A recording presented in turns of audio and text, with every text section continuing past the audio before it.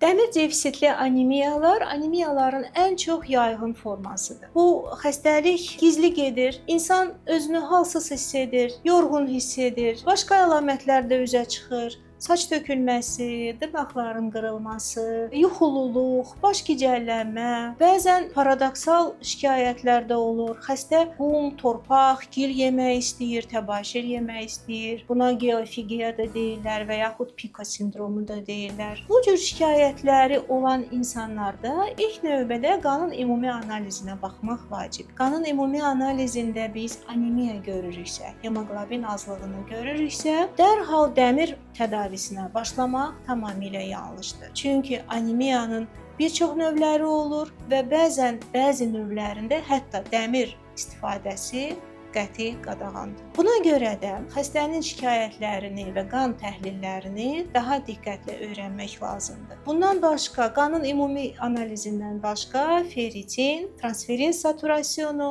və digər başqa müayinələrə də ehtiyac olur. Dəmir defisitli anemiyalar daha çox gənc yaşlarda, gənc xanımlarda, menstrual pozğunluqlar zamanı, irəli yaşlarda mədə-bağırsaq sistemi problemləri, daha sonra qəbizliklə müşayiət olunan, nəcisdə qan elementləri görünən və yaxud milena görünən pasiyentlərdə daha ciddi müayinələrə ehtiyac olur.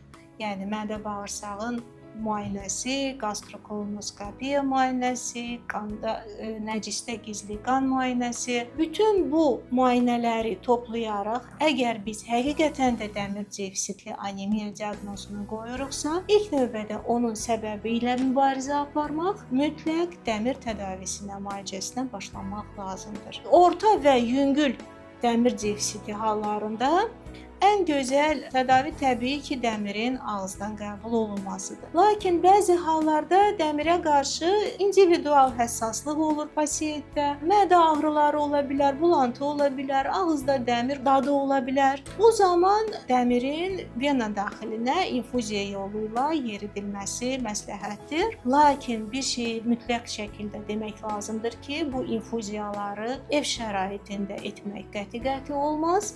Bunlar mütləq tibb müəssisələrində və həkim nəzarətində olmalıdır.